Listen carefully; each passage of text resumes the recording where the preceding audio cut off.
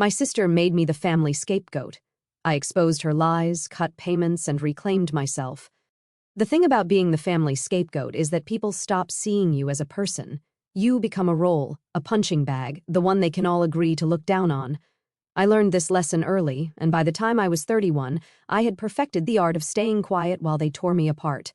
My sister Amanda had always been the golden child, 3 years older, effortlessly beautiful, married to a successful orthodontist named Derek. They lived in a gorgeous house in the suburbs, drove matching luxury SUVs, and their Instagram looked like a lifestyle magazine. Meanwhile, I was Emma, the younger sister who never quite figured things out, according to family consensus. I worked as a financial analyst, which sounds impressive until my family explained it. She crunches numbers for other people's money, my mother would say with a dismissive wave.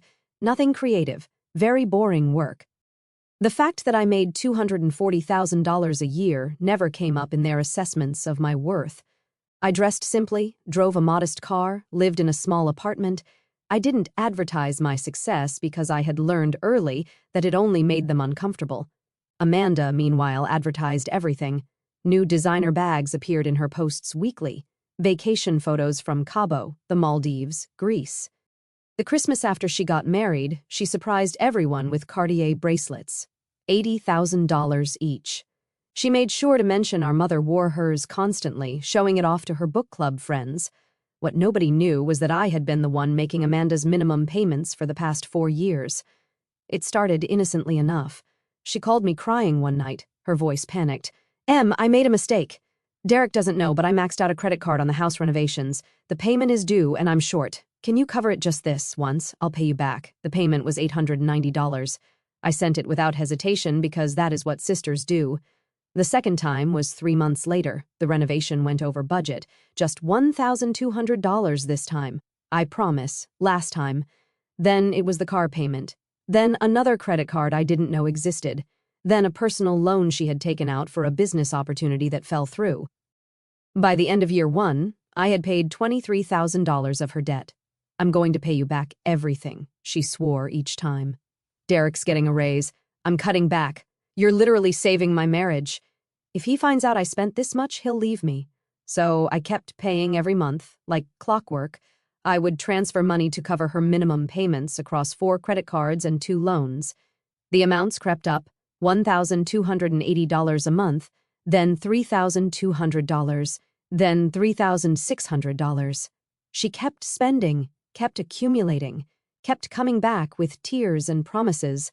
By year 4, her total debt had ballooned to $87,000. I had personally paid $41,300 in minimum payments alone, money that barely touched the principal because her interest rates were astronomical. She had never paid me back a single dollar. The financial analyst in me knew this was unsustainable. The sister in me kept hoping she would change. Then came Thanksgiving. My mother's dining room was decorated like a Martha Stewart fever dream. Fall leaves scattered artfully across the table, monogrammed napkins, a centerpiece that probably cost more than my monthly rent. 23 family members crammed into the house, parents, aunts, uncles, cousins, Amanda and Derek, their 2 kids. I arrived in my usual style, simple sweater, jeans, a pie from the grocery store bakery. Amanda swept in 30 minutes late in a new Burberry coat, carrying a charcuterie board from that expensive artisan shop downtown. Sorry we're late, she sang. I was at the spa all morning, self-care Sunday, you know. Mom hugged her like she had returned from war. You work so hard, sweetheart. You deserve it. I set my grocery store pie on the counter next to Amanda's $200 charcuterie display and felt exactly as invisible as I was meant to feel. Dinner conversation followed its predictable pattern. Derek talked about his orthodontic practice expanding. Amanda showed everyone photos of their upcoming trip to Turks and Caicos. Just a little getaway before the holidays get crazy. My cousin Brian discussed his promotion. My Aunt Susan bragged about my cousin Jennifer's new house. When the conversation turned to me, my mother's voice took on that careful, pitying tone. And Emma is still doing her number thing. Very stable work, my father added, like he was complimenting a reliable toaster. That's wonderful, Aunt Susan said with a smile that didn't reach her eyes. Not everyone can be an entrepreneur like Amanda. Amanda beamed. She had sold monogrammed koozies on Etsy for 3 months 2 years ago before abandoning it. Apparently, that made her an entrepreneur. The real trouble started when my younger cousin, Mia, mentioned she was struggling with student loans. "It's just so overwhelming," Mia said, her voice cracking slightly. "I'm barely making the minimum payments." I opened my mouth, ready to offer advice. I had helped 3 friends consolidate and restructure their loans, saving them thousands in interest, but my mother cut me off. "Emma, not everyone wants to hear about numbers and calculations." My face burned, but I stayed quiet. "You should talk to Amanda," my mother continued. "She's so good with money. Look at that beautiful house." Amanda launched into what she called financial advice, which mostly consisted of just budget better and maybe get a side hustle. Nothing practical, nothing helpful. Mia nodded politely, but I could see the desperation still in her eyes. After dinner, I found Mia alone in the kitchen. "Hey, I have some resources about loan consolidation. If you want, I can send you." "Oh my God, Emma!" Amanda appeared in the doorway, wineglass in hand, eyes sharp. "Can you not? I was just—" "She doesn't need your help." Amanda's voice had that edge I had learned to recognize. "She needs real advice, not whatever you're selling." "I'm not selling anything. I just know about—" Amanda laughed. "And it wasn't kind. That's literally your only skill. You can't just insert yourself into every conversation." My father appeared behind her. "What's going on?"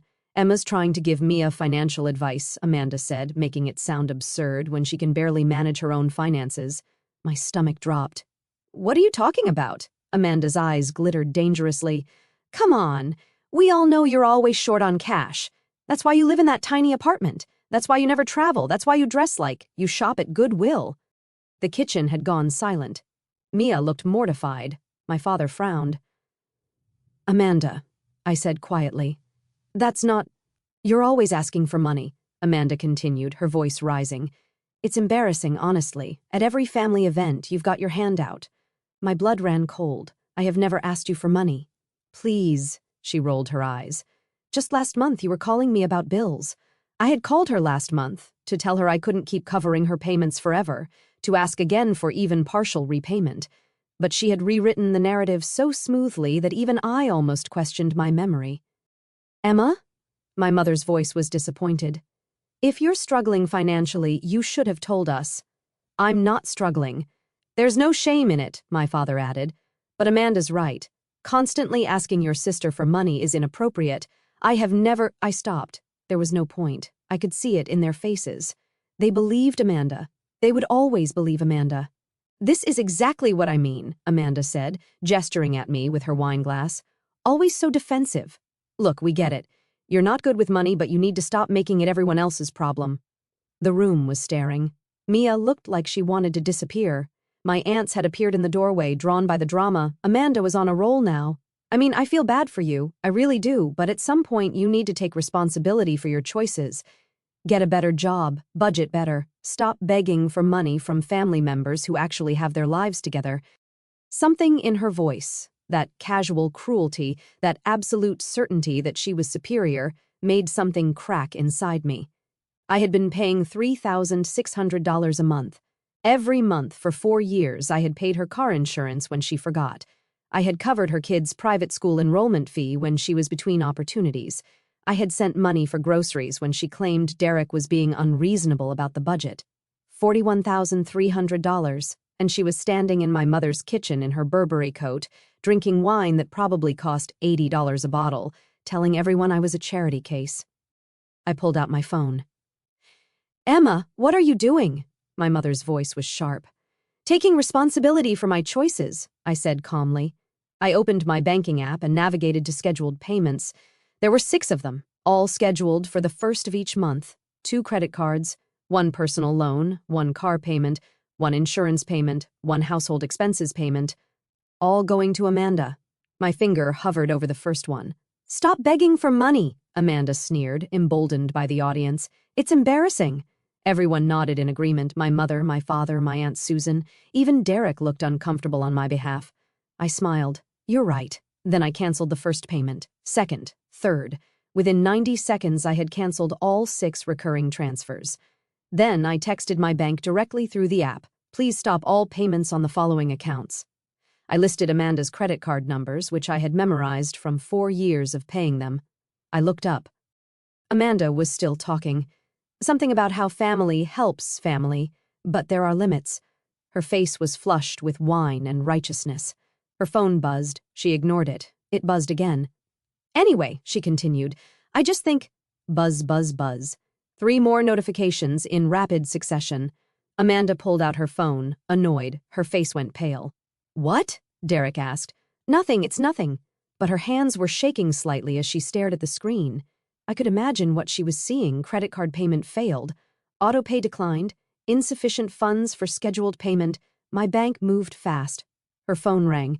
She declined the call. It rang again immediately. Capital One, probably. Or Chase. Are you going to get that? My mother asked. It's just spam, Amanda said, but her voice had gone thin. I gathered my coat. I should go. Emma, wait, my father's voice. We didn't mean… No, it's fine. Amanda's right. I need to stop making my problems everyone else's responsibility. I headed for the door. Behind me, Amanda's phone wouldn't stop ringing. I drove home in silence, my hands steady on the wheel. For years, $41,000, and she had called me a beggar in front of the entire family. My phone started ringing before I even reached my apartment. I declined. She called again. Declined. Text message, M, call me please. Another text, what did you do? Another, why are my payments declining? I turned my phone on silent. By the time I got home, I had 14 missed calls from Amanda and 23 text messages ranging from confused to panicked to angry. The last one read, call me right now, this isn't funny. I made myself tea and opened my laptop. Time to be thorough. I pulled up my banking records from the past 4 years and created a detailed spreadsheet. Every payment, every date, every amount. I had text messages going back to the beginning. All her promises to pay me back, all her emergencies, all her desperate midnight calls. I compiled everything into a single PDF, 47 pages of documentation. Then I sent it to my personal email, time-stamped and backed up to 3 different cloud services just in case. My phone lit up with another call. I watched it ring until it went to voicemail. 30 seconds later, another voicemail notification. I waited until morning to listen to them. The first voicemail was angry. Emma, what the hell did you do? My payments aren't going through. Fix this now. The second was frantic. Em, please, I don't understand what's happening. My cards are declining. The bank called. Please call me back. The third was tearful. Emma, I'm serious. I don't know what you did, but this isn't funny. Derek is asking questions. Please just call me. The fourth was my mother. Emma, Amanda is very upset. I don't know what this is about, but you need to fix whatever you've done. Call your sister. I deleted all of them and made myself breakfast. My phone rang at 8:47 a.m. Unknown number. I answered. Miss Emma Richardson? A professional female voice spoke. This is Julia from Chase Bank Customer Service. I'm calling regarding a payment arrangement you had set up on an account ending in 7734, Amanda's primary credit card. I need to verify your authorization to cancel this recurring payment. I set up the payment from my personal account, I said calmly. I'm canceling it effective immediately. I see. And you understand this may result in late fees and interest charges on the cardholder's account? I do. May I ask why you are making payments on someone else's credit card? Family arrangement that's ending. Brief pause. I understand. The cancellation is confirmed. Is there anything else I can help you with today? No, thank you. I hung up. 5 minutes later, Amanda called again. I didn't answer. Text message, the bank called me. They said you canceled everything. Why would you do this to me? I responded with a single message. You said I need to stop asking you for money. I'm respecting your wishes. My phone immediately rang. I declined. Another text. That's not what I meant and you know it. Me, you were very clear in front of everyone. I'm just a beggar who's embarrassing the family. I'm removing myself from being your financial problem. Amanda, please. I have $87,000 in debt. I can't make these payments. I stared at that message for a long moment. She had just admitted it in writing, the debt I had been covering. Me? Then perhaps you shouldn't have spent that $87,000. This is no longer my responsibility. Best of luck with your budget. I muted the conversation. By Monday morning, the situation had escalated beautifully. My mother called at 7:15 a.m. Emma, what have you done? Good morning, Mom. Amanda is having a breakdown. Her credit cards are maxed out, and she's getting calls from collection agencies. Did you do something? I stopped paying her bills. Silence. You what? I've been paying Amanda's credit card bills, car payment, insurance, and personal loan payments for the past 4 years. On Thanksgiving, she told the entire family I was a beggar who was always asking her for money. So, I stopped paying. Emma, that's not, she didn't mean, she called me embarrassing, Mom, in front of everyone. She told everyone I couldn't manage money while I've been paying $3,600 of her bills every single month. $3,600. My mother's voice cracked. Every month for 4 years. I have documentation of every payment. Why didn't you tell us? She asked me not to. She said it would ruin her marriage if Derek found out how much debt she had. My mother was quiet for a long moment. Emma, regardless of what Amanda said, you can't just cut her off like this. She needs, no, my voice was firm, she needs to take responsibility for her choices. Her words, I'm done enabling her spending addiction while she tells everyone I'm the one with money problems. She's your sister, and I've given her $41,300 over 4 years without a single dollar paid back. While she bought Burberry coats and went to Turks and Caicos and called me a charity case. My mother had no response to that. If she needs help, I continued, she should ask her husband or get a job or sell some of those designer bags. But she's not getting another dollar from me. I hung up. Tuesday afternoon, my father called. Emma, we need to talk about this situation with Amanda. There's no situation, Dad. I'm simply no longer paying bills that aren't mine. She's in real trouble. The credit card companies are threatening to send her to collections. She's going to ruin her credit. She ruined her credit by spending money she didn't have. That's not my problem. Don't you care about your sister? The question hit harder than it should have. Did I care? Of course I did. That was why I had paid for 4 years. That was why I had sacrificed vacations and investments and my own financial goals to keep her afloat. But caring about someone doesn't mean drowning with them. I care enough that I enabled her for 4 years, I said quietly. I care enough that I've paid over $40,000 of her debt. I care enough that I protected her marriage by keeping her secrets. But I don't care enough to let her humiliate me publicly while I bankrupt myself for her designer lifestyle. That's very selfish, Emma. Then I'm selfish. She needs to figure this out herself. What if she loses her house? She lives in a house Derek pays for. She'll be fine. What if Derek leaves her when he finds out? Then maybe she shouldn't have lied to him for 4 years about $87,000 in secret debt. My father... You've changed, Emma. You used to be kind. I used to be useful, I corrected. There's a difference. Wednesday brought a new development. My cousin Mia called. Emma, it's Mia from Thanksgiving. Can we talk? Of course. I wanted to apologize for what happened. I had no idea what was going on, and watching Amanda say those things about you when you were just trying to help me. I felt terrible. It's not your fault, Mia. I know, but look, something weird is happening. My mom talked to your mom, and apparently Amanda's having some kind of financial crisis, and it has something to do with you. I should have stayed quiet, but Mia had been genuinely kind in her message, and she had asked directly. Amanda's been in significant credit card debt for years, I said carefully. I was helping her by covering her minimum payments. She asked me to keep it secret. At Thanksgiving, she told everyone I was constantly asking her for money, which was a complete lie. So I stopped paying her bills. Wait, Mia's voice changed. You were paying her bills while she was telling everyone you couldn't manage money. For 4 years? Oh my God, it's fine. I just decided it was time to stop. How much were you paying? That's between Amanda and me. Emma, how much? I hesitated. About $3,600 a month. $41,000 total over 4 years. Mia was quiet for so long I thought she had hung up. Mia, that's insane, she whispered. She was wearing a new Burberry coat. She was talking about Turks and Caicos. She was giving me financial advice, I know. And you were paying her credit cards, yes. While she called you a beggar, yes. Emma, you need to tell everyone. The whole family needs to know what she did. I'm not telling anyone anything. This is between Amanda and me. But she humiliated you, and if I tell everyone, I'll look petty and vindictive. She'll spin it as me trying to hold money over her head. Trust me, Mia. The best revenge is just letting her deal with the natural consequences of her choices. But Mia, bless her General Z heart, had other ideas. Thursday evening, my phone started blowing up. My Aunt Susan called. Emma, honey, Mia told me what's been going on. Great Aunt Susan, I don't want to talk about it. No, listen, I had no idea, none of us did. The way Amanda spoke to you at Thanksgiving, if we had known you were helping her financially this whole time, it doesn't matter. It's done. It matters very much. Your mother is beside herself. We all are. Why is everyone acting like I did something wrong? I stopped paying bills that weren't mine. That's all.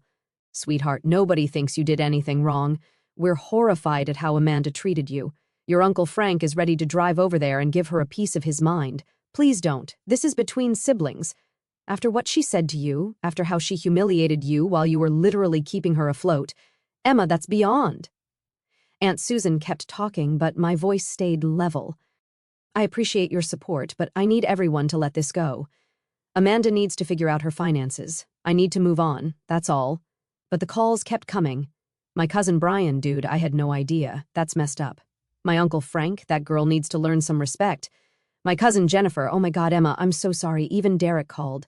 Emma, his voice was strained. Can we talk? If this is about Amanda's debt, you should talk to her. I did. She finally told me everything. The credit cards, the personal loan, the fact that you've been covering it. I'm sorry you had to find out this way. Why are you apologizing? Jesus, Emma, you've been paying thousands of dollars a month for years. It's done now. She told everyone you were asking her for money. I know, while you were literally paying my bills. I know, Derek, I'm so sorry. His voice cracked. I had no idea she was in this much debt. I handle our joint accounts, but she kept saying she had her own money from her Etsy thing. I didn't know she had maxed out cards in her name only, and I definitely didn't know she was lying about you. It's okay. It's not okay. What she said to you was cruel, and it was a lie, and now our entire financial situation is— He stopped. That's not your problem. I'm sorry. I just wanted you to know that I'm sorry and I'm dealing with this, and you don't owe us anything.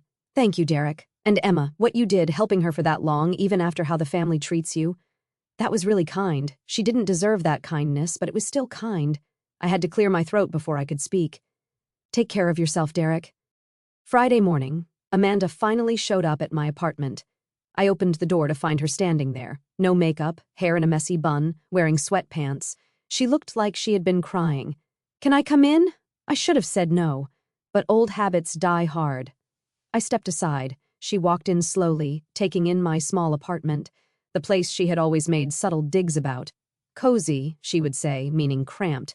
Minimalist, meaning cheap. She stopped. Started again. I messed up. You did. I'm so sorry. What I said at Thanksgiving was completely out of line. I was drunk and stupid, and I wanted to sound successful in front of everyone, and I threw you under the bus. You called me a beggar, Amanda, while I was paying $3,600 a month of your debt. I know. Tears spilled down her cheeks. I know, and I have no excuse. I was horrible, but Emma, I'm drowning here. The credit card companies are calling constantly. Derek is furious. He's talking about making me get a job and sell my car and cancel the Turks and Caicos trip. Good. She looked up, shocked. Good, I repeated. You're $87,000 in debt, Amanda. You should get a job. You should sell the luxury SUV. You absolutely should cancel the Caribbean vacation. But Derek already knows. He called me yesterday. Her face crumpled. This is going to ruin my marriage. No, your lying ruined your marriage. Your spending ruined your marriage. Not me stopping enabling you. Please, just a few more months, just until I figure something out. I'll get a job, I promise. I just need time. No, Emma, please. I gave you 4 years, Amanda. 4 years of just one more month. 4 years of promises you never kept. 4 years of excuses and emergencies, and I'll pay you back. And you know what I got for it? Public humiliation and being called a charity case by the person I was literally keeping afloat. I was wrong. You were cruel. There's a difference. I walked to the door and opened it. I'm done. Figure it out yourself. I can't. Then maybe you should have thought about that before you spent $87,000 you didn't have. Maybe you should have thought about that before you lied to your husband. Maybe you should have thought about that before you stood in Mom's kitchen and called me a beggar in front of everyone I know. I said I was sorry. Sorry doesn't give me back $41,000. Sorry doesn't undo the humiliation. Sorry doesn't change the fact that you were perfectly happy to let me destroy my own finances while you played the successful entrepreneur on Instagram. Amanda stood there, tears streaming, and for a moment she looked like the sister I had grown up with, the one who taught me to ride a bike, the one who threatened to beat up my middle school bullies. But that sister was gone, buried under years of entitlement and cruelty. I really am sorry, Em. I believe you're sorry you got caught. I believe you're sorry you're facing consequences. But I don't believe you're sorry for what you did to me. She left without another word. The full fallout took another 3 weeks. Derek, to his credit, handled it decisively. He put Amanda on a strict budget, took over all the accounts, sold her SUV, got her a used sedan, and canceled the vacation. He made her get a job at a local boutique, retail on her feet 40 hours a week. Amanda hated every second of it. My mother tried to mediate several times, suggesting family therapy or reconciliation dinners, but I held firm. I was polite, cordial even, but I was done being the family's emotional support sister. The extended family was split. The older generation thought I was being harsh. The younger generation thought Amanda got off easy. My cousin Mia started a group chat called We Stan Emma with all the younger cousins. I muted it, but it was nice. Christmas was awkward. Amanda and I were civil but distant. She had lost weight from stress and her new job. Her Instagram had gone quiet. No designer bags, no luxury vacations, just the occasional photo of her kids. Derek pulled me aside before dinner. She's going to therapy and financial counseling. We're working through it. That's good. She really is sorry, Emma. I know it doesn't change anything, but she is. I believe she regrets it. I just don't know if she understands why it was wrong. He nodded slowly. Fair enough. 6 months after Thanksgiving, I got a text from an unknown number. It was a screenshot of a payment confirmation, $500 to my account. Then a message, first payment, it'll take me 16 years at this rate, but I'm going to pay you back every dollar. I stared at the screen for a long moment. Part of me wanted to send it back. Part of me wanted to tell her I didn't need it, but the truth was she did need to pay it back, not for me, but for her. I texted back, received, thank you. I didn't say it was okay. I didn't say we were good, because we weren't, and maybe we never would be. But it was a start. A year after Thanksgiving, Mia asked me to help her consolidate her student loans. I spent a Saturday afternoon showing her how to compare rates, negotiate with lenders, and restructure her payments. We saved her $14,000 in interest over the life of the loans. She cried and tried to pay me. I refused. Just remember this when someone else needs help, I told her. And maybe don't let people walk all over you while pretending they're doing you a favor. She laughed. Learned that from the best. The thing about being the family scapegoat is that people stop seeing you as a person. But the thing about stepping out of that role is that you start seeing yourself clearly, not as the villain in someone else's story, but as the protagonist of your own. I'm 32 now. I still work as a financial analyst. I still live simply. I still drive a modest car. But I took that $3,600 a month I had been paying Amanda's bills and put it into investments. My portfolio is up 34% since Thanksgiving. I'm on track to retire at 45 if I want. I also bought a new couch. It's small, trivial, nothing compared to Amanda's designer lifestyle. But it's mine.